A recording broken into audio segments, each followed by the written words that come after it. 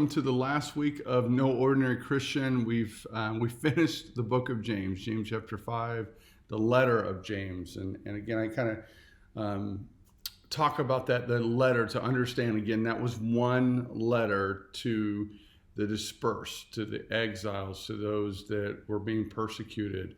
Again, the quote unquote, the mature Christians, these Jewish Christians. And it's important for us to remember that, because we shouldn't look at James as just 5 separate chapters. We need to look at one thing. What is James trying to tell us? And at the end of the day, if we follow the steps, James starts out and says, hey, count it all joy that you're being persecuted, because by being persecuted, you're being tested and you're being strengthened, and that God has something amazing for you if he's going to do that, if he's going to allow you to go through this testing, that he wants to build you up. And then he goes on and says, but hey, with that testing, you got to understand that you need to not only be a hearer of the word, but you've got to be a doer.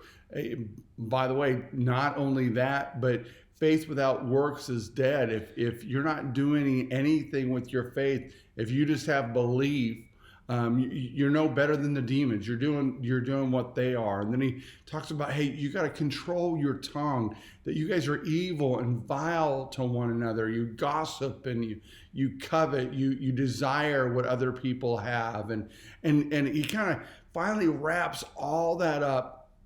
And he talks about the rich, that you guys have been blessed and your blessings have actually cursed you. And the path that you're going on doesn't look like it's the right path. Be very, very cautious. But then he ends the whole book, the whole letter of James, and says this: anybody who turns someone away from going to hell is going to be blessed, has done an amazing thing. And he kind of wraps, again, that's the ending statement of his letter. And it's really saying, hey, all these things I've said to you before, it's all about making sure that you go to heaven and that others go to heaven. And to me, there is no greater journey that you and I are on, in that journey, that our light shines so bright, that the God of the universe is so in us, that we reflect his image so much, that others around us see and glorify the Father, that they see and they ask us, what hope do you have? Why are you able to do what you're able to do? And we then get to share with them the gospel of Jesus Christ, what Christ has done in our lives. And here's the deal. Throughout this, and the thing that I've never wanted our church to get out of this is that we are a horrible church and that we're doing everything wrong.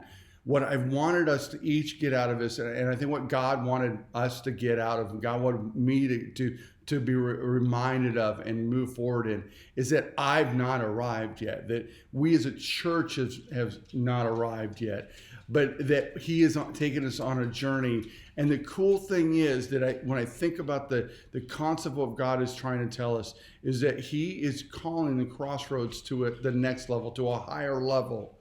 And that you and I are going to be instruments for him. But we cannot be instruments for him unless we recognize what James is trying to tell us, that we've not arrived yet, that there's things that we need to work on, that we need to draw near to God so that he will draw near to us. And that no matter where we're at in our relationship with God, there is a next moment. There is a deeper moment.